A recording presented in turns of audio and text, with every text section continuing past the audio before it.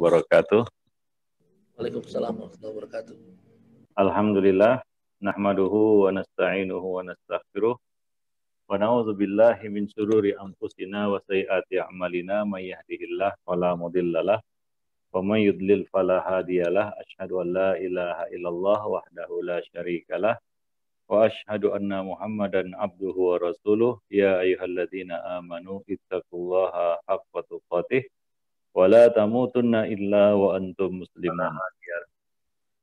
Amma ba'du, fa inna afdalal hadisi kitabullah wa khairal hadi Rasulillah sallallahu alaihi wasallam wa syarrul umur muhdatsatuha wa kullu muhdatsatin bid'ah wa kullu bid'atin dhalalah wa kullu dhalalatin finnar. Para jemaah kaum muslimin dan juga muslimat yang dimuliakan Allah, pertama-tama kita bersyukur pada Allah Subhanahu wa taala pada kesempatan siang ini kita dapat bertemu walaupun tidak secara fisik kita bisa berkumpul, tapi melalui saluran ini ya, ruangan ini kita dapat bertatap muka jarak jauh. Ya, kita tetap melaksanakan kewajiban kita menuntut ilmu walaupun ya tidak bisa bertemu secara langsung. Kita bersyukur pada Allah atas nikmat sehat yang masih Allah berikan kepada kita di tengah-tengah pandemi COVID-19 yang sekarang ini melanda manusia. Allah masih selamatkan kita, Allah masih memberikan kesehatan, yang mana pada hari ini nikmat sehat itu terasa mahal ya bagi kita. Dan bagi yang diberi kesehatan, banyak-banyaklah mensyukuri nikmat sehat itu. Karena barang siapa yang mensyukuri nikmat, Allah akan tambah nikmat tersebut. Barang siapa yang kufur nikmat, Allah akan memberikan azab yang pedih. Ya, maka salah satu cara untuk terhindar ya dari virus yang banyak memakan korban manusia ini adalah bersyukur atas nikmat sehat kita. Caranya bagaimana? Yaitu menggunakan masa sehat ini untuk melaksanakan kewajiban-kewajiban kita. Menaati Allah Subhanahu wa taala. Dan pada kesempatan siang ini kita gunakan waktu kita sisihkan waktu kita untuk mendengarkan nasihat ilmu. Mudah-mudahan bermanfaat. Selawat dan salam tidak lupa kita limpahkan untuk Nabi kita Muhammad sallallahu alaihi wasallam, atas keluarga beliau, sahabat-sahabat beliau, dan siapa saja yang meniti sunnah beliau sampai hari kemudian. Jemaah kaum muslimin dan muslimat yang dimuliakan Allah, pada kesempatan siang ini kita akan membicarakan tentang kiat-kiat ataupun cara untuk menaikkan keimanan. Ya, bagaimana cara untuk meningkatkan iman, menaikkan iman. Ini nggak lepas dari sifat iman itu bertambah dan berkurang. Ya, dalam akidah Ahlus Sunnah wal Jamaah, meyakini bahwa al-iman yazidu wa yanqus. Iman bertambah dan berkurang. Yazidu bit-ta'ah wa yanqusu bil ma'asi. Iman akan bertambah dengan ketaatan dan akan berkurang karena dosa-dosa.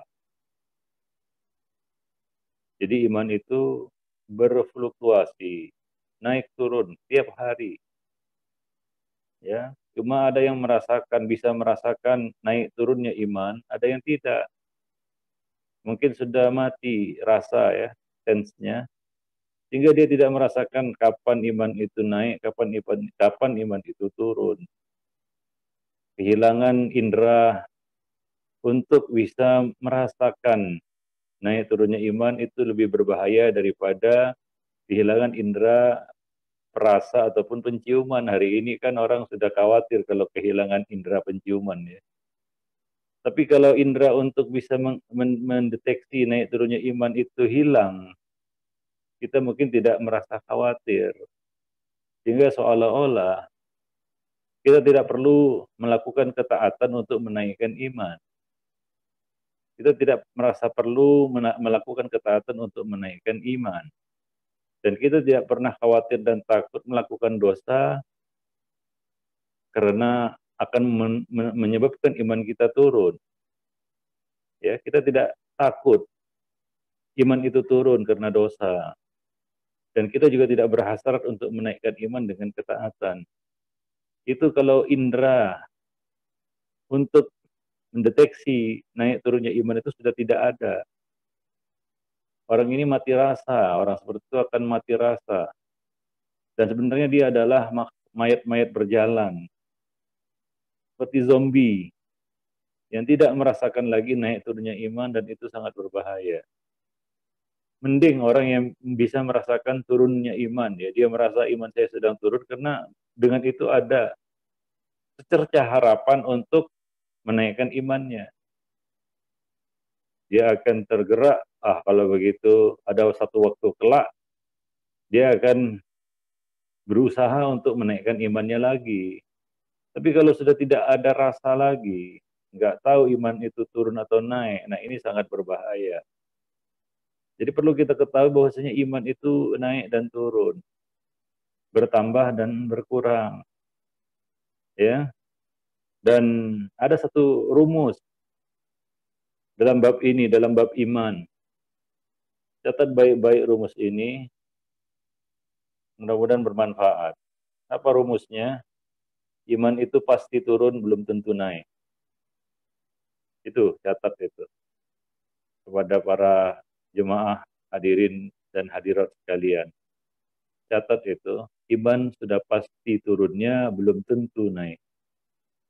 Kenapa saya katakan pasti turun? Karena kita pasti berbuat dosa. Berdasarkan hadis Nabi, kullu bani Adam khata' wa khairu khata'ina tawwabun. Semua anak Adam itu bersalah, berbuat dosa.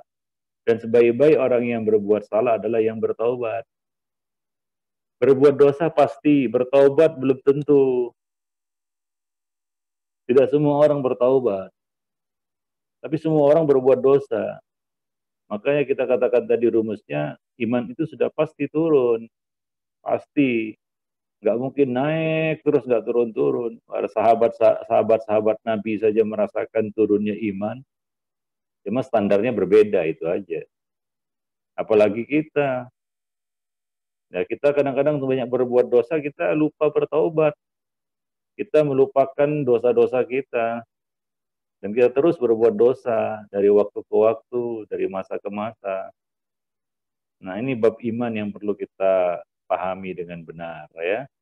Maka dari itu, usaha kita untuk menaikkan iman di tengah-tengah turunnya iman tersebut. Jadi seperti gelombang, dia berfluktuasi, begitu ya. Berfluktuasi, naik turun, naik turun, naik turun, ya. Ketika iman itu turun, maka orang yang punya sense tadi, sensitivitas, dia tahu ini iman saya turun, dia berusaha untuk menaikkannya lagi. Yang celakanya tadi adalah orang yang tidak punya sense lagi, rasa lagi, tidak punya sensitivity, tidak punya sensitivitas. Ketika imannya turun, dia biarkan turun sampai ke dasar, bahkan dia bisa keluar dari iman itu. Para jemaah, kaum muslimin dan muslimat yang dimuliakan Allah, mungkin kita pernah melihat orang yang murtad, atau bahkan mungkin itu kawan kita sendiri atau keluarga kita dan orang-orang yang kita kenal. Murtad dia, keluar dari Islam. Mungkin pernah ya ketemu ataupun jumpa melihat orang seperti itu. Coba perhatikan orang-orang yang murtad dari agama ini. Itu tidak serta-merta. Ya, tiba-tiba, seketika dia keluar dari Islam. Enggak begitu, bukan begitu prosesnya. Tapi dimulai dari penurunan iman yang terus-menerus. Jemaah sekalian, ya, dimulai dari penurunan iman sedikit-sedikit terus menukik ke bawah terus, akhirnya sampai ke dasar, dan dia juga belum sadar, dan pada akhirnya dia keluar dari lingkaran iman itu. Bahkan dia sudah keluar dari lingkaran iman pun dia nggak sadar. Ya, nah demikian. Ya, begitulah kasus-kasus orang yang murtad dari Islam, ya. Wal iyadzubillah, mudah-mudahan Allah Subhanahu wa taala menjaga kita di atas iman ini ya sampai kita bertemu dengan Allah Subhanahu wa taala. Tapi kan nggak ada jaminan. Maka dari itu ya kan ya jagalah tadi, rasa sensitivitas tadi ketika iman itu turun. Kita pasti buat dosa, ya. Cuma beruntunglah orang yang cepat sadar ketika dia buat dosa, dia tidak larut dalam dosa itu. Walam yusirru ala ma fa'alu wa hum ya'lamun, kata Allah. Ya, ciri-ciri hamba yang takwa itu adalah mereka tidak terus-menerus mempertahankan dosa sementara mereka menyadarinya. Ya, ada waktu di mana kita harus tersadar dan kita bertaubat, ya, bertaubat kepada Allah Subhanahu wa taala. Taubat itu hakikatnya kembali kepada Allah Subhanahu wa taala. Dan taubat itu amal yang menaikkan iman. Bahkan titik awal naiknya iman setelah turunnya itu adalah, kalau kita gambarkan seperti grafik ini ya, naik iman itu turun. Nah, ketika turun itu ada titik di mana itu titik terendah kita naik lagi, kan begitu ya. Nah, itu dimulai titik kita mulai naik lagi iman itu dari taubat. Gak akan naik iman itu tanpa titik taubat tadi. Kita lihat saja ya orang-orang yang turun terus imannya, turun-turun karena nggak ada titik di mana dia titik balik, di mana dia bisa menaikkan kembali imannya. Ya dengan bertaubat kepada Allah, istighfar ya, merenung sejenak dan menyadari kesalahan-kesalahan kita. Beruntunglah orang yang selalu melihat kekurangan dan kesalahan dirinya. Sehingga dia tahu diri, kan begitu ya. Dia tahu diri sehingga dia merasa perlu ampunan Allah Subhanahu wa taala. Orang seperti ini ya masih bisa diharapkan kebaikan dari dirinya. Beda orang yang memang betul-betul dia tidak punya rasa lagi sehingga dia biarkan iman dia turun terus berbuat dosa dari dosa ke dosa, nggak ada hentinya, dan pada akhirnya dia pun binasa. Ya, para jemaah yang dimuliakan Allah. Jadi ingat ya, iman itu turun dan naik, bertambah dan berkurang. Saya sering mengumpamakan ini seperti goes. Ya, goes naik sepeda ya. Saya juga goeser ya. Hobi naik sepeda. Banyak pelajaran yang saya petik dari bersepeda. Kalau para jemaah di sini ada yang suka naik sepeda, main sepeda ya, goeser juga. Itu pasti di kalangan goeser. Kalau dapat turunan itu senang. Senang nggak ya? Dapat turunan gitu. Trek turunan begitu. Wah, itu teriak-teriak kegirangan. Ya, oh enak sekali. Wah, ya, ini baru trek yang mantap kan begitu. Wah, turun ya enak. Begitu dapat tanjakan, cemberut semua. Ya, begitu dapat tanjakan, cemberut semua. Ya, ngomel lah. Wah, ini marsalnya yang bawa jalan tuh marsal namanya. Bawa salah jalan ini dan lain sebagainya, menggerutu. Cemberut, nggak ada yang senyum itu, nggak ada yang teriak-teriak. Ya, masing-masing konsentrasi dengan usahanya untuk menanjak kan begitu ya. Nah itu kondisinya ya, ketika dapat tanjakan gitu. Ya, namanya tanjakan cemberut. Ya, nah demikian. Nah ini sama seperti iman itu ya, seperti itu, seperti goes juga. Ketika kita turun, iman itu terasa nikmat, enak. Kalau dituruti maunya turun terus. Gitu. Begitu kita berusaha untuk menaikkan iman, berat sekali. Perlu mujahadah, perjuangan, ya, kesungguhan. Baru kita bisa mendongkrak kembali, mengangkat kembali keimanan kita. Kalau enggak terangkat. Ya. Nah demikian. Ya, enggak terangkat itu.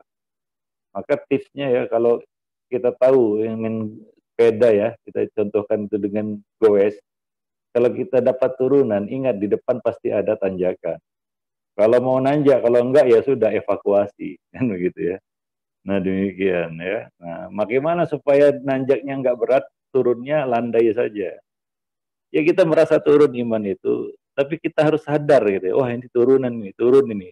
Ambil turunan yang landai saja, jangan turunan yang wah enak terus curam sampai ke bawah. Ya kan, enak itu. Sampai di bawah baru bingung naik ke atasnya. Kan begitu ya, temenung gitu naik. Mau naik ke atas gimana? Ini berat sekali kan gitu ya. Nah demikian. Tapi kalau kita ambil turunan yang landai, untuk naiknya juga mudah, lebih mudah. Nah, sama dengan orang yang kalau kita lewat jalan tol, ya, jalan tol ataupun jalan raya yang besar menuju satu tempat. Kadang-kadang kita ingin berbelok untuk masuk rest area kan begitu ya, berbelok. Dan itu pasti menghambat perjalanan kita. Atau berbelok ke jalan kecil. Kalau belum jauh menyimpang, beloknya belum jauh, kita bisa mudah balik lagi ke jalan tersebut. Kembali lagi ke tracknya. Back to the track kan begitu ya, balik ke tracknya. Tapi kalau sudah beloknya itu sudah terlalu jauh, menyimpang, untuk balik lagi susah itu. Mau nggak mau ganti tujuan aja lah. Ya, maka dia pun mengubah haluan, merubah tujuan. Ya, nggak ke surga lagi, ke neraka mungkin. Ya, seperti itu digambarkan ya. Ya oleh Nabi Shallallahu Alaihi Wasallam dalam sebuah hadis ya. Nabi menarik garis lurus kemudian mengatakan ini adalah jalan Allah. Kemudian menarik garis ke kanan dan ke kiri, ini adalah jalan-jalan yang lain. Setiap jalan yang kanan kiri ini ada setan yang mengajak untuk berbelok. Dan itu ujungnya neraka. Itu jalan setan, kan begitu ya. Nah, demikian. Maka kadang-kadang kita sadar, kita ini, oh, saya sudah menyimpang, ini, saya sudah banyak lengah, sudah banyak lalai, sudah banyak dosa. Ya. Saya buat salah terus ini. Ya, nah, jadi kita cepat kembali. Ya begitulah kita terus. Nggak ada yang steril dari dosa, karena Allah Subhanahu Wa Taala melengkapi kita dengan syahwat. Ya, kita dilengkapi dengan syahwat.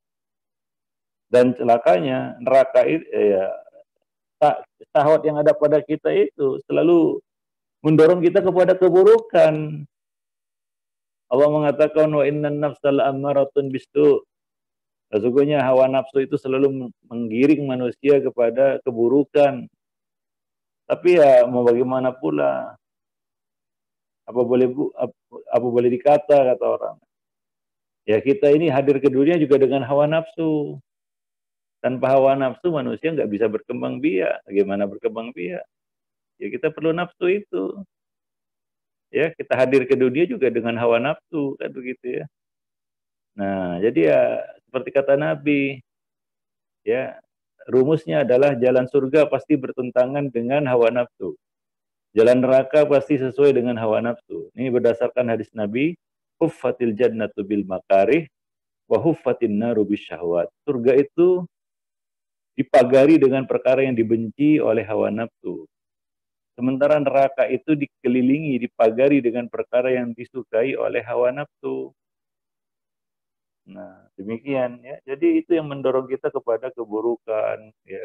Hingga iman kita pun jadi turun. Ya, kita lupa, kita lalai, kita lengah. Itu kelemahan kita sebagai manusia. Ya, kita menuntut ilmu aja lupa. Bagaimana pula tidak menuntut ilmu kan begitu ya. Nah, kita menuntut ilmu aja itu harus sering-sering. Kenapa? Karena kita sering lupa daripada ingat. Bagaimana orang yang nggak menuntut ilmu, bablas sama sekali, ya. Nah, demikian para jemaah kaum muslimin dan muslimat yang dimuliakan Allah. Ya, maka dari itu, ya harus ada usaha yang sungguh-sungguh, ya untuk menaikkan dan meningkatkan, menambah iman kita. Allah mengatakan menjahada fina lanahdiyannahum subulana. Orang-orang yang bersungguh-sungguh di jalan kami, ya, maka kami akan tuntun dia kepada jalan tersebut.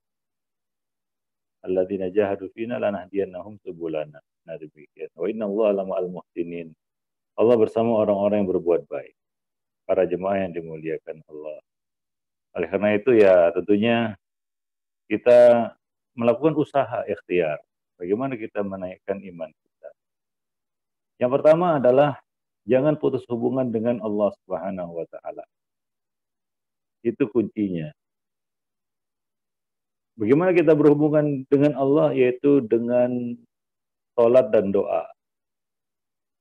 Itu hubungan ya, vertikal langsung antara hamba dengan Allah melalui ibadah itu. sholat dan doa. Maka seorang itu ya selama dia masih sholli, masih sholat, masih bisa diharapkan kebaikan darinya. Tapi kalau sudah nggak sholat, ya susah. Maka ya menjaga sholat itu termasuk salah satu kunci meraih keberuntungan. Dan nanti yang dihisap pertama kali juga sholat. Kalau bagus sholatnya itu tanda bagus seluruh amalnya. Jika buruk sholatnya maka itu tanda buruk juga amal-amal yang lainnya. Barometernya itu sholat. Karena itu adalah tanda indikator yang kuat untuk menunjukkan adanya hubungan antara hamba dengan Allah Subhanahu wa taala. Ya, indikasinya sholat itu. Kalau dia masih sholat, masih ada hubungannya dengan Allah Subhanahu wa taala. Ya, maka dikatakan orang yang meninggalkan sholat dengan orang yang sholat tapi berbuat dosa, mending orang yang sholat berbuat dosa daripada orang yang pasti dia merasa tidak buat dosa tapi gak sholat. Bahasa ini orang baik-baik tapi gak sholat. Dia tidak sholat itu sudah merupakan keburukan yang sangat besar.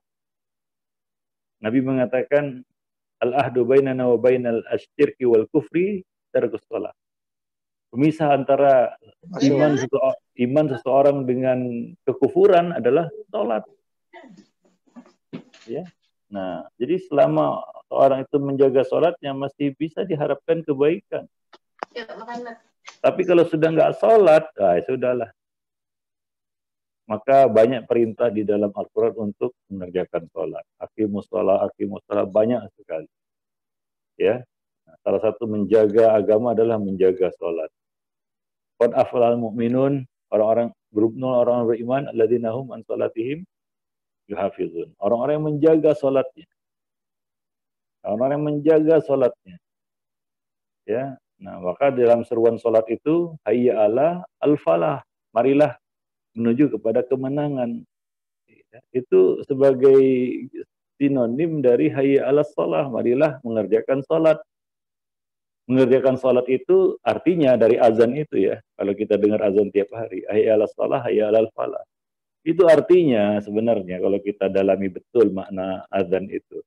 Ya, mengerjakan sholat itu sama dengan meraih al-falah, kemenangan, kesuksesan, kebahagiaan. Ya, nggak akan mungkin bahagia kalau kita bukan orang yang sholat. Yang pertama itu, maka jaga sholat. Terus tingkatkan kualitas sholat kita. Plus kuantitas sholat. Ya, jangan hanya puas dengan misalnya yang 5 waktu saja, tapi tambah juga yang lainnya, minimal sholat sunnah rawatib, kan begitu ya. Ada lagi sholat-sholat lain yang bisa kita kerjakan.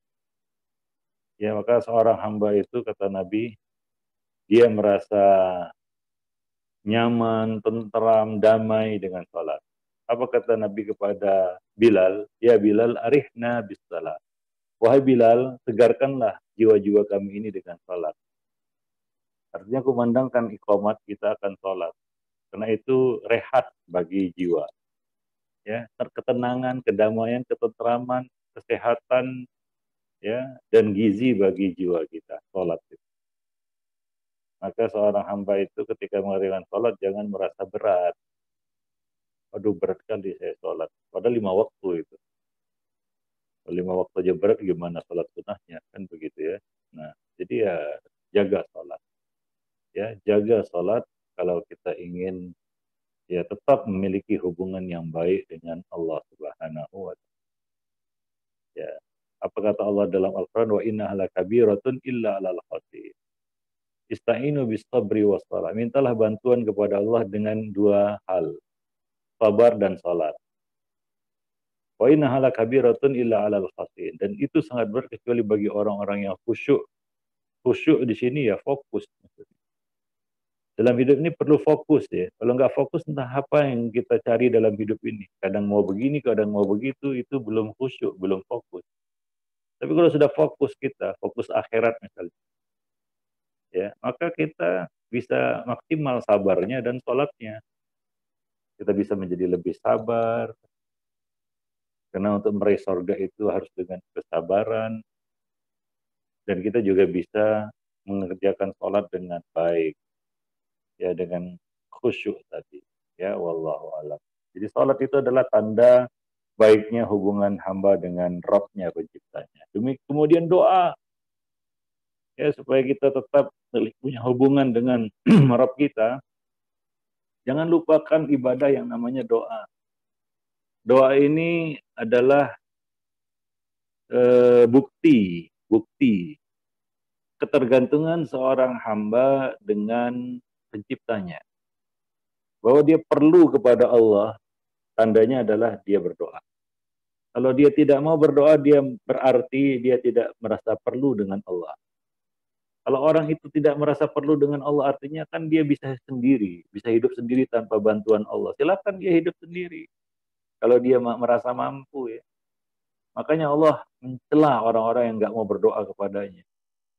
Ya, Allah mengatakan wa qala rabbukum ud'uni astajib lakum.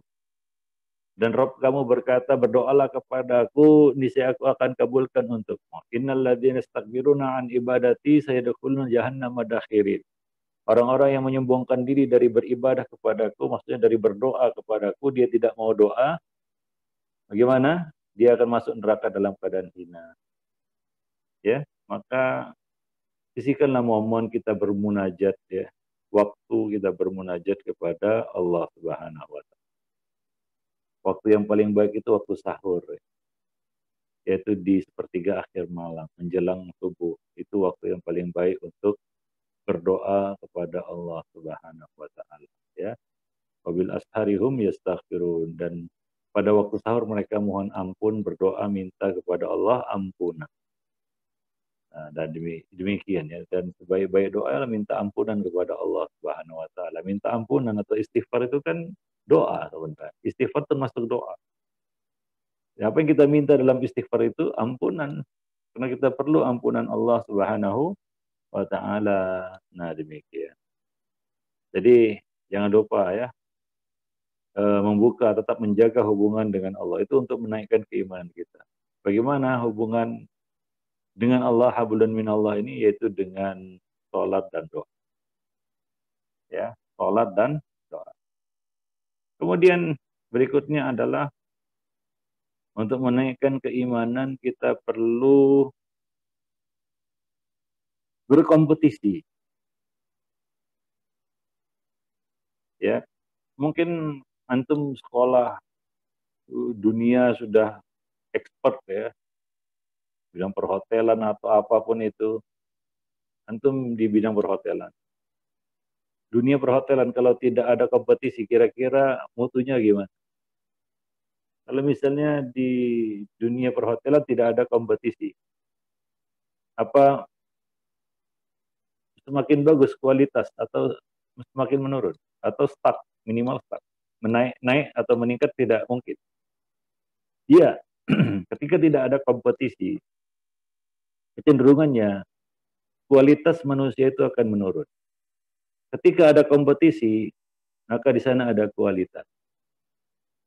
Ya, kalau nggak ada kompetisi, ya cenderung melempem, merasa puas, merasa sudah di zona aman, zona nyaman, kan begitu, ya. Akhirnya dia stuck, nggak ada peningkatan, nggak ada penaikan, nggak ada kenaikan. Nah, maka demikian juga di dalam bab iman, kita harus berkompetisi di dalam iman. Bersegera menaati Allah Subhanahu wa taala, ya. Nah, apa kata Allah Subhanahu wa taala? Fastabiqul khairat. Ya. Fastabiqul khairat. Berlomba-lombalah kamu di dalam melakukan kebaikan. Demikian juga Allah Subhanahu wa taala mengatakan wasari'u ila maghfiratin min rabbikum wa jannah. Bersegeralah kamu, berlomba-lombalah kamu untuk mendapatkan ampunan dari Rabbmu, dari Allah, dan mendapatkan surga yang luasnya seluas langit dan bumi. Demikian juga Allah mengatakan dalam ayat yang lain, wa fi dzalika falyatanafasil mutanafisun. Dan untuk meraih surga itu hendaklah orang-orang yang beriman itu berlomba-lomba untuk mendapatkannya. Ya, jadi kita perlu kompetisi di dalam urusan akhirat. Makanya di dalam urusan akhirat jangan lihat ke bawah. Ini kebalik, dalam urusan dunia selalu melihat ke atas. Akhirnya bagaimana? Yang untung itu selalu orang lain. Dia nggak pernah merasa beruntung. Kalau lihat orang lain selalu mengatakan, untung kali si fulan, enak kali si fulan. Dia nggak pernah enak itu. Dia nggak pernah untung. Kayaknya sial terus nasibnya itu. Ada sebagian orang seperti itu. Lihat orang lain selalu mengatakan, untung kali si fulan ini. Enak kali si fulan. Dia nggak pernah merasa mensyukuri apa yang telah Allah berikan kepada dirinya. Maka Nabi mengatakan, unduru ila man huwa asfala minkum. Lihat orang yang ada di bawah kamu dalam urusan dunia. Jangan salah penempatan ya, karena akan berbeda hasilnya.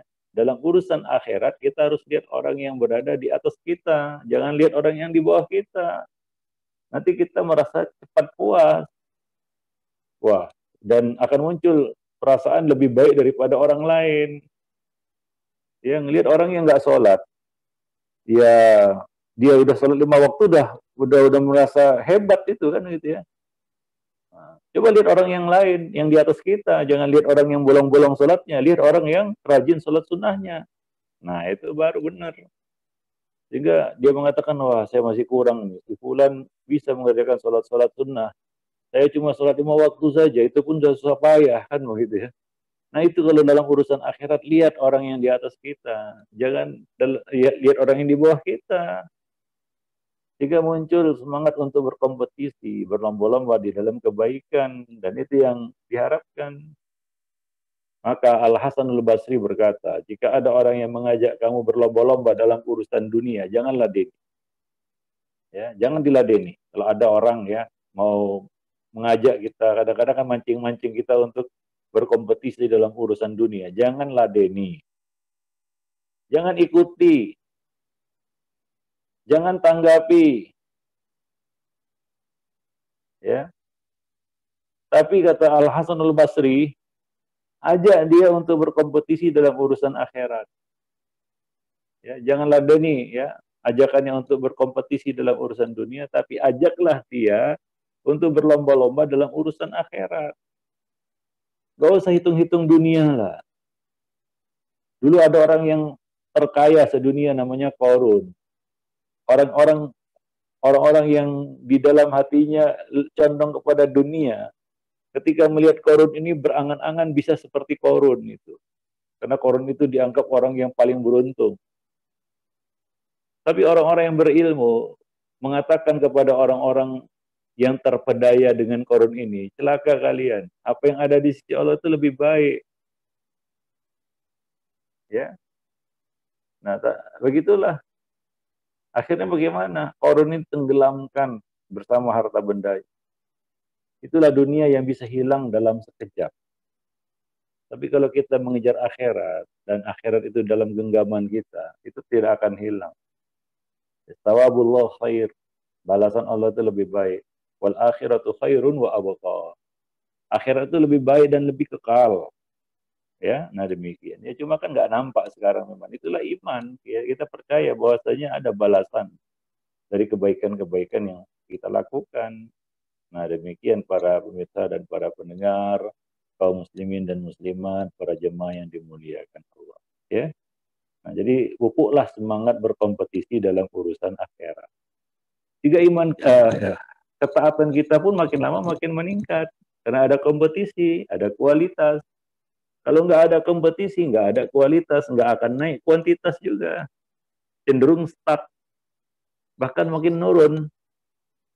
Nah, jadi orang yang berkompetisi itu ada kualitas yang nampak di situ.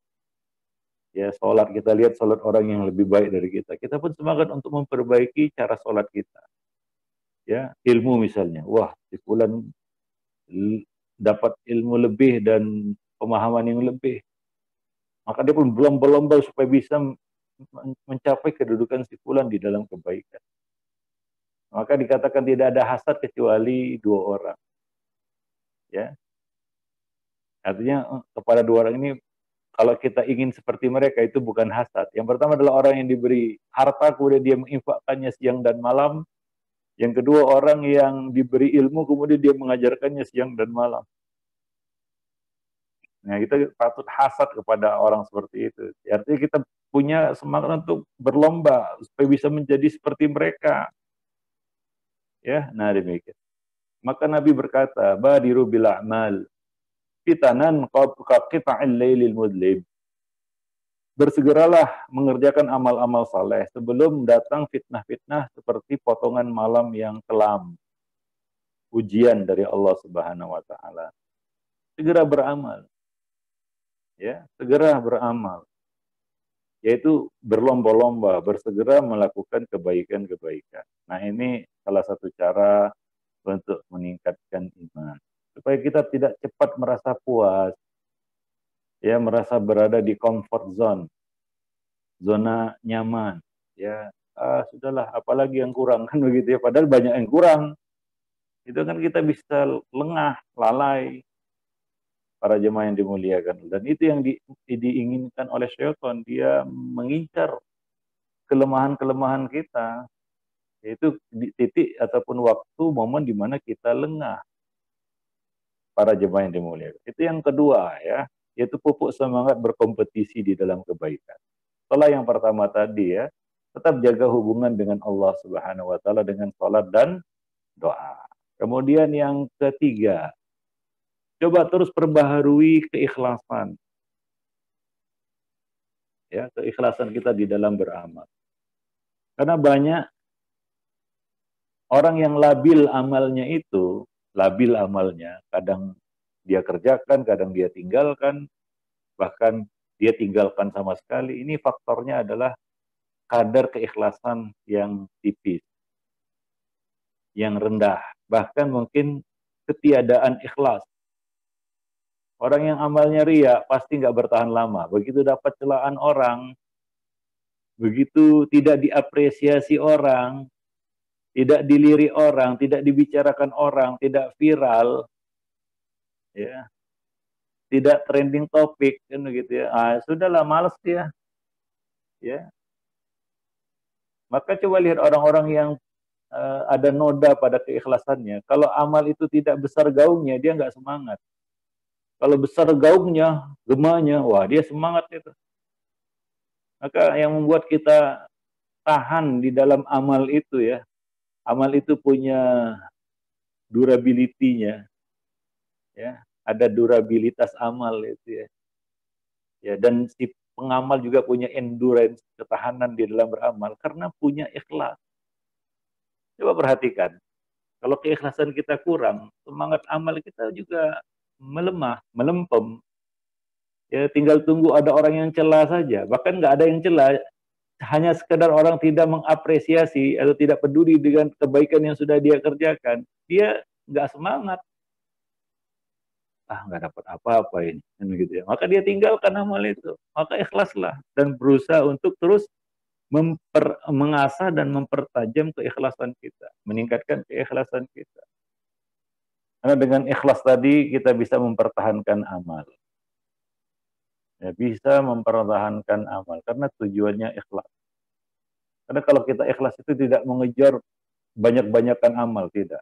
Tapi kita lebih fokus kepada kualitas amal.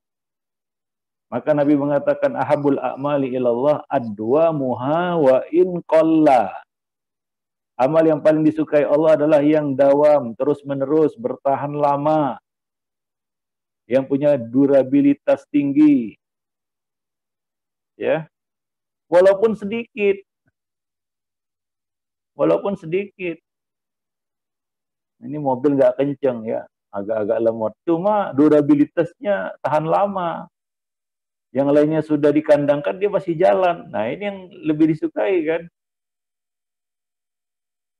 Maka jangan heran kalau mobil Toyota laris manis begitu ya. Walaupun dari sisi lainnya itu ya kurang menarik. Cuma ya durabilitasnya. Betul nggak ya? Bicara otomotif dulu sedikit ini. Ya, begitu ya. Coba lihat ya. Durabilitas amal itu yang disukai Allah Subhanahu wa taala. Walaupun sedikit, nggak banyak, karena dia nggak ngejar sebutan, nggak supaya orang tua ketika mendengarkannya. Pulang sholat malamnya, 2 jam, 3 jam setiap malam. Wah, itu kan jadi buah bibir. Tapi sampai berapa lama dia bisa mengerjakan itu?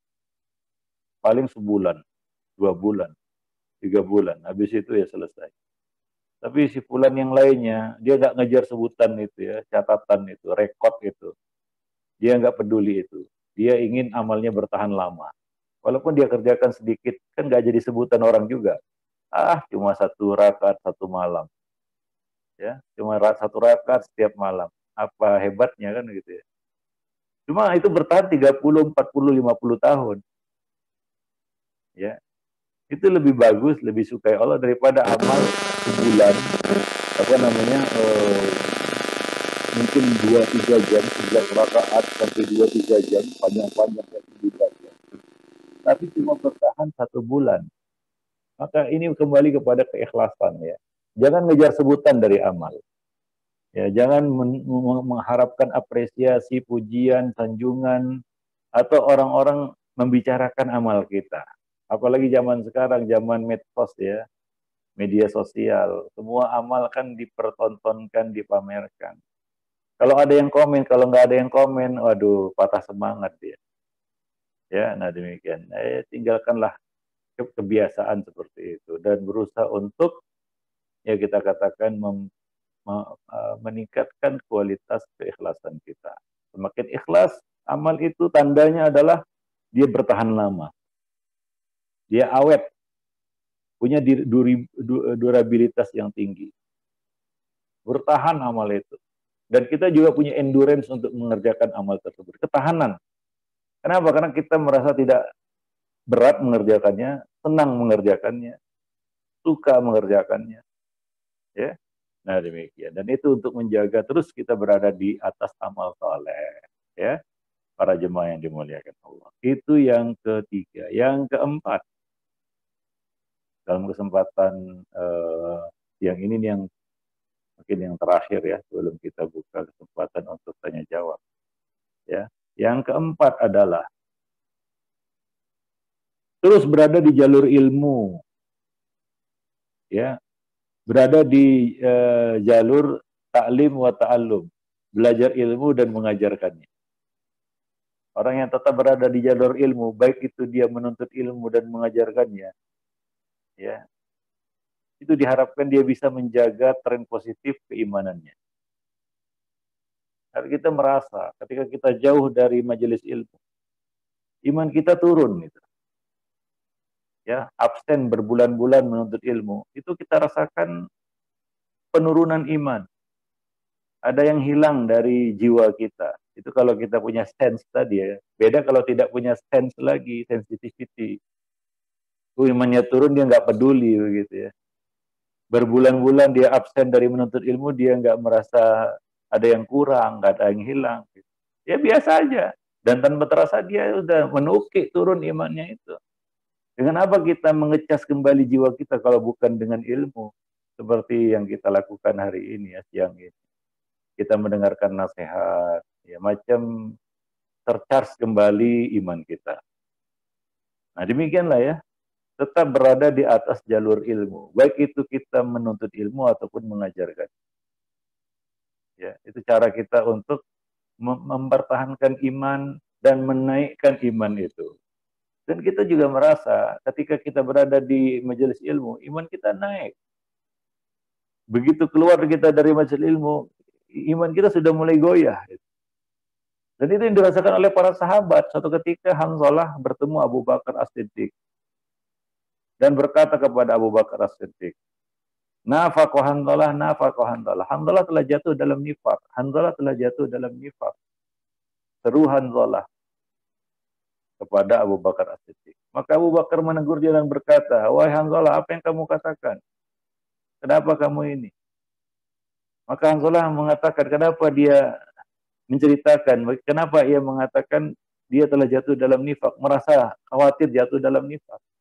Dia berkata, kita ini wahai Abu Bakar, ketika kita berada di majelis Rasulullah, di majelis ilmu bersama Nabi, Nabi mengingatkan kita surga dan neraka, maka seolah-olah surga dan neraka itu ada di hadapan kita, di depan mata kita. Dan begitu kita kembali berkumpul bersama keluarga, bergelut lagi dengan pekerjaan-pekerjaan kita, kita banyak lupa. Nasina kasiran. Itu lupa ilmu, itu dianggap futur, dianggap penurunan iman oleh sahabat. Maka Abu Bakar juga mengatakan, aku juga merasakan hal yang sama, wahai Hanzalah. Maka keduanya pun menghadap Nabi Shallallahu Alaihi Wasallam untuk menanyakan hal tersebut. Coba lihat ya, Abu Bakar As-Siddiq merasa itu juga penurunan iman. Beliau merasa juga lupa, ya. Dan mereka menganggap itu satu penurunan iman. Sementara kita, ya mungkin lupa ilmu itu sudah biasa. Kita melupakan ilmu itu sudah biasa, ya. Sudah wajar, ya, lumrah itu. Melupakan ilmu itu suatu yang bukan beban, bukan satu kekurangan, kehilangan, tidak. Kita tidak merasa kehilangan dengan melupakan ilmu. Bagi sahabat itu adalah kehilangan yang besar. Dan mereka khawatir nifak, jadi munafik karena itu. Kalau kita ya nggak khawatir munafik karena melupakan ilmu. Ya. Nah, bahkan kita sengaja melupakannya begitu ya. Bahkan di majelis ilmu sendiri kita mau nggak macam mau tak mau kita mendengarkan ilmu itu. Butuh nggak butuh kayaknya. Nggak kita pasang telinga kita simak benar-benar enggak. Maka kehilangannya juga bukan kehilangan bagi kita mungkin ya. Itulah standar iman kita. Tapi bagi para sahabat tidak. Mereka merasakan itu suatu kehilangan yang besar. Melupakan ilmu itu kehilangan yang besar. Penurunan iman. Ya, yang parah hingga khawatir jatuh dalam nifak, bayangkan ya. Kalau kita kan enggak, kita merasa mukmin sempurna imannya dengan melupakan ilmu. Dengan melupakan ilmu, kita merasa iman kita tinggi setinggi sahabat Nabi. Itu kita itu. Betapa GR-nya kita itu. Nah, demikian para jemaah yang dimuliakan. Maka ya kalau kita ingin meningkatkan iman kita, jangan jauh-jauh dari majelis ilmu. Dan kita rasa juga, dan itu realita yang kita kita rasakan tiap hari atau sehari-hari. Ketika kita jauh dari ilmu, iman kita pun turun. Itu kan realitanya seperti itu. Kenyataannya seperti itu. Ketika kita berada di majelis ilmu, muncul semangat untuk sedekah, niat untuk sedekah, niat untuk mengerjakan ibadah-ibadah, kan begitu ya. Itu di majelis ilmu. Walaupun keluar dari majelis ilmu itu, lupa apa yang kita niatkan itu. Kadang-kadang lupa kan begitu ya. Tadi waktu talim, waduh, semangat, wah habis talim ini saya mau bersedekah lah. Saya begitu selesai talim, lupa sedekah dia. Ya, nah jadi orang pelit tiba-tiba dia. Begitulah dia keadaan kita di majelis ilmu itu ya nampak ya perbedaannya. Nah kalau kita terus menerus ya kita mendengarkan tentang sedekah walaupun ya kali pertama kita cuma niatan saja di luar majelis ilmu tidak kita lakukan, tapi yang kedua, ketiga, keempat kalinya ya mungkin akan kita lakukan sedekah itu. Ya kan, akan kita kerjakan sholat malam itu. Nah, begitulah fungsi majelis ilmu ya. Nah, demikian. Jangan katakan, wah, itu sudah pernah saya bahas, ngapain saya ulang-ulang. Ilmu itu kita ulang 100 kali pun. Ya, para pemirsa, para jamaah yang dimuliakan Allah. Ilmu kita ulang 100 kali, lupanya 101 kali. Ya, kita mengulang ilmu 100 kali, kita lupa itu 101 kali. Artinya lebih banyak lupanya daripada ingatnya. Itu kita ulang-ulang itu. Sudah kita ulang-ulang itu. Bagaimana kalau cuma sekali seumur hidup kita dengar? Mungkin dia macam tidak pernah lewat di telinga kita. Seperti seolah-olah ya. Nah, jadi jangan jauh-jauh dari majelis ilmu ya. Kalau kita ingin meningkatkan iman kita. Baik para jemaah yang dimuliakan Allah, dan mungkin saya tambah yang terakhir, yang kelima ya, yaitu menjaga lingkungan dan pergaulan. Nah ini sisipan aja ya, karena pengaruh eksternal itu juga besar. Ya, pengaruh teman, pengaruh lingkungan itu sangat berpengaruh. Nabi mengatakan almaru ala dini khalili. Seorang itu berada di atas agama sahabat karibnya. Falyanzur ahadukum mayyukhalil. Lihatlah oleh kamu dengan siapa dia bersahabat karib. Jadi faktor lingkungan dan pergaulan juga sangat besar ya pengaruhnya di dalam kehidupan. Kadang-kadang orang itu merosot imannya gara-gara pengaruh temannya. Bisa naik imannya juga karena pengaruh teman-temannya. Itu teman yang buruk, ini teman yang baik. Dua-duanya memberikan pengaruh ya, para jemaah yang dimuliakan Allah. Nah, maka kita bisa lihatlah kalau kita berteman dengan seorang pembohong, hari-hari kita dengar bohongnya. Lama-lama kita juga ketularan bohong. Kalau kita berteman, berkumpul bersama ahli ghibah, tiap hari membicarakan ghibah. Mau nggak mau lama-kelamaan tanpa kita sadari, kita juga ikut berghibah. Minimal kita jadi pendengar setia lah. Dan itu kan nggak boleh juga mendengarkan ghibah. Nah, kalau kita berteman dengan orang yang soleh, maka kita akan kecipratan kesolehannya juga. Kita berteman dengan orang yang jujur. Lama-lama kita tahu arti kejujuran. Cara jujur itu begini jujur rupanya ya. Itulah dia jujur. Ya. Orang itu kan cenderung akan meniru apa yang dia lihat. Ya, nah demikian. Jadi jaga lingkungan dan pergaulan. Ya, kita punya kewajiban untuk memilih lingkungan pergaulan yang baik. Ya, nah demikian. Wallahu a'lam bishawab. Nah demikian para jemaah sekalian ya, kaum muslimin dan muslimat, tanpa terasa kita sudah 1 jam ya bertemu di sini di majelis ini. Mudah-mudahan apa yang kita sampaikan tadi dapat bermanfaat bagi saya dan bagi para jemaah sekalian. Dan untuk selanjutnya kita beri kesempatan untuk tanya jawab. Ya, silakan bagi yang mau bertanya bisa raise hand atau melalui chatting ya. Nah, demikian. Silakan.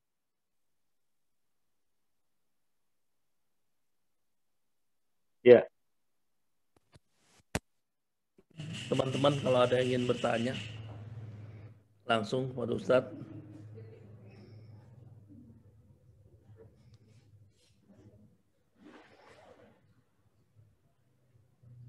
Ustadz, saya mulai bertanya nih, Ustadz. Ya, silakan. Kaitan dengan penurunan iman, Ustadz, yang Ya. dikaitkan dengan akhirnya menjadi murtad. Iya. Nah, ini kan berarti ada proses, Ustadz. Iya. Kemudian artinya juga ada peran orang di sekeliling, misalkan orang tua lah. Ya kan? Banyak pengaruhnya. Iya. Ya. Nah, waktu itu Ustadz pernah sampaikan yang kita harus jaga, saya ingat mengenai segel ketika kita lahir. Segelnya itu adalah asyhadu an la ilaha illallah, asyhadu anna Muhammadar Rasulullah. Iya. Nah, ketika segel itu putus, maka kita murtad kan, istilahnya kan buat itu. Nah, kalau misalkan orang yang sudah dewasa nih, Ustaz, apakah orang tua tetap bertanggung jawab, Ustaz, dalam hal ini? Iya. Udah mencoba untuk menarik kembali gitu, Ustaz. Iya, sini ada 2 kemungkinan. Yang pertama, orang tua telah menjalankan kewajibannya. Tugas dan kewajibannya sudah dia jalankan. Apa yang menjadi domainnya sudah dia lakukan, yaitu innaka latahdi ila siratin mustaqim. Kamu benar-benar sungguh-sungguh menunjuki manusia kepada jalan yang lurus. Kalau itu sudah dilakukan, maka dia lepas tanggung jawab. Karena untuk urusan hidayah, ya, itu di tangan Allah Subhanahu wa taala. Bukan di tangan manusia. Nabi tidak mampu memberikan hidayah kepada paman beliau. Nabi Nuh tidak mampu memberikan hidayah kepada anak beliau sendiri. Itu anak Nabi ya. Gak mampu itu Nabi Nuh untuk memberikan hidayah kepada putranya. Ya bagaimana kita ya. Kurang apa kesolehan Nabi Nuh. Tapi Nabi Nuh sudah cukup melakukan kewajibannya. 950 tahun berdakwah termasuk kepada anaknya. Kan begitu ya. Itu bukan waktu yang sedikit berdakwah. Dalam waktu yang lama seperti itu. Kita jangankan 950 tahun. Ya, 9 bulan aja berdakwah kita mungkin sudah bosan mendakwahi keluarga kan begitu ya. Wah, nggak mau ini udah apa namanya nggak bisa diharapkan lagi. Mungkin kita berkesimpulan seperti itu ya. Nah ini Nabi Nuh. Beliau telah menjalankan kewajibannya. Nah, ini jawabannya ya kembali kepada orang tua itu sendiri.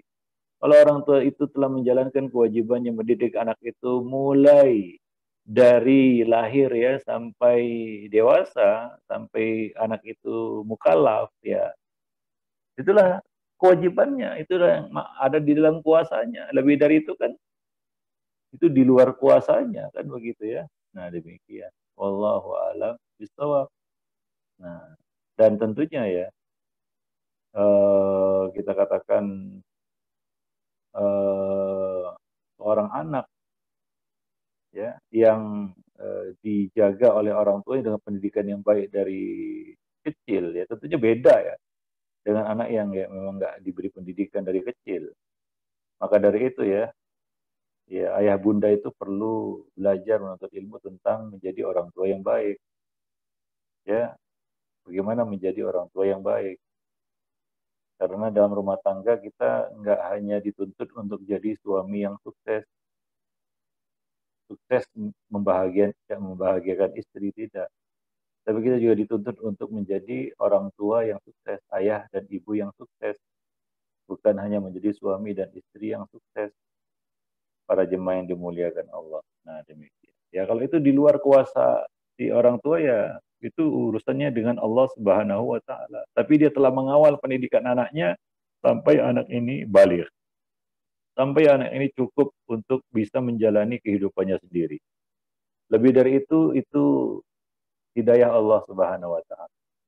Tapi kalau memang anak ini tidak dididik dengan baik dari kecil, ya ada kelalaian orang tua, maka orang tua bertanggung jawab juga di situ. Ada saham orang tua di situ. Ada peran orang tua di situ, ada kelalaian orang tua. Tapi kalau kita tidak lalai, ya kita menjalankan, makanya ya, tanggung jawab sebagai orang tua itu besar. Saya ada nulis buku judulnya Mencetak Generasi Robbani. Mencetak Generasi Robbani. Ada buku-buku itu buku silsilah seri mencetak ataupun membangun keluarga yang samara, sakinah, mawaddah dan rahmah. Ada surat terbuka untuk suami, surat terbuka untuk istri, mencetak generasi robbani, panduan amal sehari semalam, ensiklopedia akhlak salaf itu rangkaian buku untuk membina seluruh rumah tangga yang samara, sakinah, mawaddah dan rahmah. Ya, wallahu a'lam bishawab. Baik. Jazakallah. Silakan teman-teman kalau ada yang mau bertanya. Assalamualaikum Ustadz. Waalaikumsalam. Saya mau bertanya kalau tadi kan mengenai orang tua ke anak ya Ustadz. Bagaimana kalau kita sebagai anak melihat orang tua kita, dia tidak meninggalkan keislamannya Ustadz, tapi tidak menjalankan ibadah apapun gitu. Dan dilihat oleh beliau itu hanya memberi sedekah, zakat, infak itu adalah yang utama, tetapi tidak menjalankan ibadah-ibadah lainnya, Ustadz. Itu bagaimana, Ustadz? Kita sebagai anak. Ya, kita sebagai anak punya kewajiban berbakti kepada orang tua dalam bentuk ya apa yang orang tua perlukan. Di sini orang tua tidak perlu harta mungkin. Dia perlu ilmu, dia perlu nasihat. Maka beri yang dia butuhkan. Kalau kita anak yang berbakti ya kita tahu apa yang dibutuhkan oleh orang tua kita, kasih dia kebutuhan itu. Dia perlu nasihat, kasih nasihat. Jangan kasih harta. Dia perlu nasihat di situ. Maka beri dia nasihat dengan cara yang baik ya. Pelan-pelan kita bawa dia, kita nasihati, kita arahkan untuk jangan meninggalkan kewajiban, melaksanakan kewajiban. Nah demikian. Ya mudah-mudahan dia mau dengar ya. Karena sekali lagi terakhir keputusan akhir itu bukan di tangan manusia. Dia dapat hidayah atau tidak, tergerak hatinya atau tidak itu di tangan Allah Subhanahu wa taala. Ya, tapi banyak-banyaklah berdoa untuknya, mudah-mudahan hatinya diarahkan oleh Allah untuk menerima kebaikan, kebenaran. Wallahu a'lam bishawab. Dan berdakwah kepada orang tua itu perlu sabar ya. Ya. Dan jangan berdebat sama orang tua. Anak jangan mendebat orang tua. Jangan berargu dengan orang tua. Nggak perlu. Ya, nggak perlu adu argumentasi kita dengan orang tua. Ya, biarkan dia berpikir. Ajak dia dengan baik, kasih wacana berpikir yang benar. Silakan dia putuskan sendiri. Orang tua itu nggak bisa didikte. Ya, mungkin kita yang sekarang sudah jadi orang tua paham lah ya, bagaimana nggak enaknya didikte sama anak kan begitu ya. Kadang-kadang kan kita gusar ya. Ya begitu orang tua. Ya, biarkan dia berpikir untuk menentukan sendiri karena akalnya sudah sempurna. Ya. Nah, demikian. Nggak usah didikte apa namanya disuruh-suruh dikomandoin kan gitu. Nggak mau, orang tua itu nggak suka juga seperti itu. Nah, apalagi nanti menjurus ke debat. Ya, bahayanya di dalam perdebatan itu kadang-kadang kita mengangkat suara kita lebih tinggi daripada suaranya dan itu kan tidak dibenarkan. Itu dilarang. Termasuk intihar, membentak orang tua adalah mengangkat suara kita lebih tinggi daripada suaranya. Dan itu bisa terjadi ketika terjadi perdebatan ya. Betul nggak? Nggak sadar kadang-kadang kita kan. Jadi ajak aja dia, bimbing dia. Doakan dia mudah-mudahan mau mengikuti nasihat kita. Wallahu a'lam. Ya. Jazakallah Ustaz. Oh iya. Ada lagi? Silakan. Yang lain mau bertanya silakan.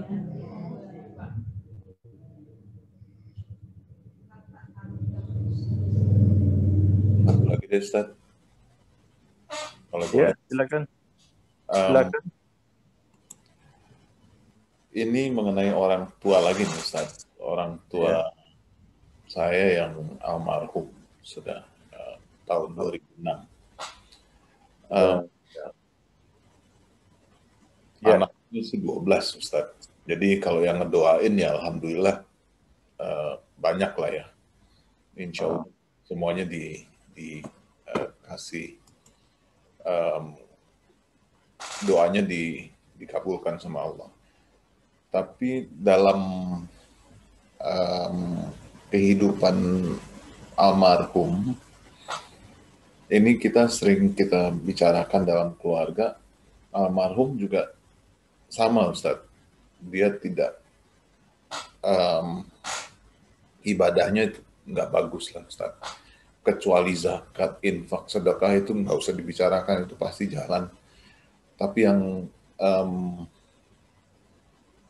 yang wajibnya aja bolong-bolong gitu Ustaz. Apakah kita sebagai anak bisa berzikir untuk almarhum Ustaz? Berzikir dan meminta ampunan. Ya, orang yang sudah wafat meninggal ya dia sudah menyelesaikan urusannya dengan Allah Subhanahu Wa Taala ya sudah selesai urusannya dengan dunia ya tidak perlu dibahas ya apalagi diungkit-ungkit kesalahannya ya cukup kita mintakan ampunan untuknya saja ya urusannya dengan dunia sudah selesai urusannya dengan Allah sudah selesai buku catatan amalnya sudah ditutup kan begitu ya maka yang dia perlukan setelah itu adalah doa yang tulus dari saudara-saudaranya anak-anaknya terutama dan kaum muslimin ya itu yang dibutuhkan oleh seseorang. Makanya semakin banyak kebaikan yang kita sebar, semakin besar juga peluang kita dapat doa dari manusia. Ya, nah, setiap kebaikan yang kita tanam itu ada buahnya. Ya, yang akan kita tuai setelah kita meninggal dunia. Maka Nabi kan mengatakan, jika mati anak Adam, terputus semua amalnya kecuali dari 3 perkara. 1, sedekah jariahnya. 2, ilmu yang dia sebar. Yang ketiga, anak soleh yang mendoakannya. Ya, tiga-tiganya itu kan kebaikan yang dia lakukan semasa hidup. Ya, dan dia mendapatkan itu. Balasnya setelah dia mati. Adapun keburukannya sudah tidak usah diangkat lagi, sudah selesai urusannya itu. Mudah-mudahan dia diampuni. Ya kita menyolatkannya dengan membaca doa Allahumma firlahu warhamhu wa'afi wa'fu anhu, kan begitu ya. Kita minta kepada Allah ampunan, kemaafan bagi mayit. Nah, selesai. Doakan dia semoga diampuni. Ya, nah, ya seperti itu ya, ada hadis seorang hamba yang dinaikkan derajatnya di dalam surga. Lalu dia bertanya kepada Allah, ya Allah, dari mana ini aku dapatkan? Dan Allah berkata, dari istighfar anakmu untuk dirimu. Ya, jadi ya, zikir di sini maksudnya adalah minta ampunan untuk orang tua kita. Ya, membaca doa, berdoa untuk orang tua kita. Ya, Rabbil firli wali walidayya warhamhuma kama rabbayani shaghira. Ya Allah, ampunilah aku dan kedua orang tuaku dan sayangilah mereka sebagaimana mereka menyayangiku waktu kecil. Kan begitu doanya di dalam Al-Quran yang diajarkan Allah Subhanahu wa Ta'ala. Itu luar biasa. Doa itu singkat tapi maknanya luar biasa. Wallahu a'lam bishawab. Nah, demikian. Ya. Ada lagi? Ada Pak Riza nih. Pak Riza ya? Silakan. Masih di mute Pak Riza? Enggak, itu tadi dari Ustadz Munindra. Udah, nggak nanya minggu ini. Oh iya. Kira-kira ada lagi? Kalau ada kita persilakan. Kalau tidak ada kita tutup sampai di sini dulu ya pertemuan kita pada kesempatan siang ini. Ya mudah-mudahan bermanfaat. Ada yang mau bertanya nih Ustadz? Ada yang mau bertanya? Ada. Ya silakan. Ya Pak Ustadz, Assalamualaikum. Waalaikumsalam. Dengar suara saya Pak Ustadz? Iya, Kecil bisa. suaranya Pak. Baik, sebentar ya, saya lupa pasang mikrofon. Anyway, tadi Ustadz mengatakan dan kita hampir sering mendengarnya ketika seseorang meninggal adalah terputusnya hubungan manusia kecuali ilmu yang dia amalkan, amal jairah dia, kemudian juga anak yang soleh. Boleh lebih spesifik Ustadz, misalnya begini, doa anak yang soleh. Solehnya itu seberapa soleh Ustadz? Ya, itu sebenarnya sifat ya, kita jelaskan di sini 3 perkara yang terus melahirkan pahala setelah orang itu meninggal dunia. Salah satunya adalah waladun salihun yad'ulah. Anak soleh yang mendoakannya.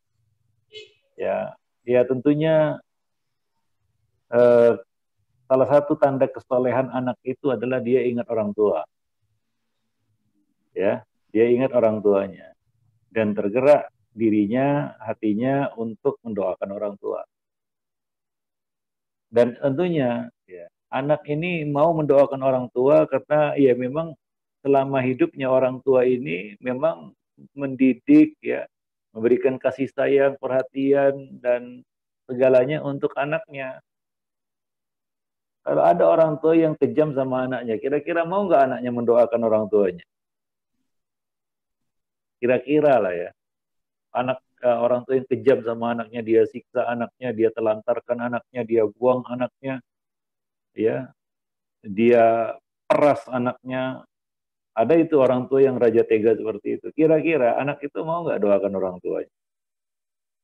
Orang itu akan menuai apa yang dia tebar. Siapa yang menebar angin, dia yang menuai badai, kan begitu.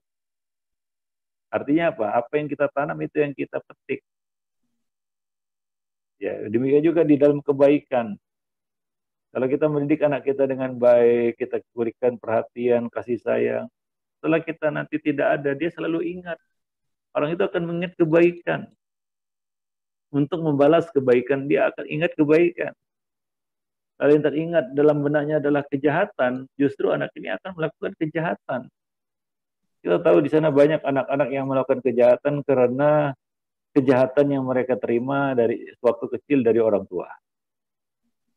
Ya. Dan cenderung dia melakukan itu kepada orang lain ketika dia dewasa. Siapa nih yang bertanggung jawab? Kan orang tua. Orang tua yang yang memberikan, ya kita katakan kesempatan itu kepada anaknya untuk melakukan kejahatan. Ya, nah demikian ya. Nah, jadi ketika kita memperlakukan anak kita dengan baik, kita berikan pendidikan, kita didik dia menjadi anak yang soleh, maka dia akan mendoakan kita. Itu yang pertama. Yang kedua, amal jariah atau sedekah jariah. Yaitu sedekah yang memiliki banyak manfaat bagi manusia. Yang memiliki banyak manfaat bagi manusia. Misalnya kita bangun masjid, ya kita bangun madrasah, bangun rumah sakit, menggali sumur, dan kebaikan-kebaikan yang itu bisa dirasakan oleh umat manusia setelah kita mati. Maka banyak-banyaklah berbuat kebaikan di dalam hidup. Kan begitu ya. Nah, setiap kebaikan yang kita tabur, itu kita akan menuai, memanen hasilnya. Ilmu bermanfaat yang kita sebarkan. Bukan hanya jadi guru, jadi ustadz. Tidak. Kita wakaf buku saja. Kita lengkapi perpustakaan masjid ya dengan buku-buku. Itu kita bisa menuai pahala dari buku yang dibaca oleh orang-orang. Ya. Nah, menyediakan misalnya perpustakaan untuk masjid ya. Ya, atau kita panjanglah buku itu di rumah kita, di ruang tamu kita. Setiap tamu yang datang pinjam buku, silakan ambil, gak usah dikembalikan juga nggak mengapa. Kasih gratis, besok beli lagi, taruh lagi di situ. Dia baca buku itu tentang sifat sholat Nabi, bagus sholatnya, ya tentang tauhid, bagus akidahnya, bebas dia dari syirik, itu kita dapat pahalanya. Terus menerus. Nabi mengatakan mandalla ila khairin falahu misla ajri fa'ilihi. Karena siapa yang membimbing manusia kepada kebaikan, maka dia akan mendapatkan pahala seperti orang yang mengerjakannya. Padahal modal kita cuma majang buku di ruang tamu. Ya. Nah, tamu daripada bengong di ruang tamu itu, ya diambil buku, dia baca-baca. Ada tamu datang tertarik minat kepada buku yang kita pajang di ruang tamu itu, dia bisa baca-baca, dia bisa bawa pulang. Ya, dia jadi baik amalnya, jadi lurus akidahnya. Dengan buku itu kita dapat pahalanya juga. Itu cuma modal majang buku di ruang tamu. Ya kan, sederhana sebenarnya. Nah, itu ilmu yang bermanfaat yang kita sebarkan. Ya. Nah, jadi sangat luas sekali cakupannya. Wallahu a'lam bishawab ya. Nah, demikian para jemaah yang dimuliakan Allah. Itu adalah mungkin pertanyaan terakhir kita di dalam kesempatan pertemuan kita siang ini. Mudah-mudahan bermanfaat bagi kita semua, bagi saya juga, dan bagi para jemaah sekalian. Lebih dan kurang saya mohon maaf, yang benar datangnya dari Ar-Rahman, yang salah dari saya dan dari syaitan. Aqulu qawli hadza astaghfirullah li wa lakum lisairil muslimin innahu huwal ghafurur rahim. Subhanakallah bihamdik, asyhadu an la ilaha illa anta, astaghfiruka wa atubu ilaik. Assalamualaikum warahmatullahi wabarakatuh. Waalaikumsalam. Waalaikumsalam warahmatullahi wabarakatuh.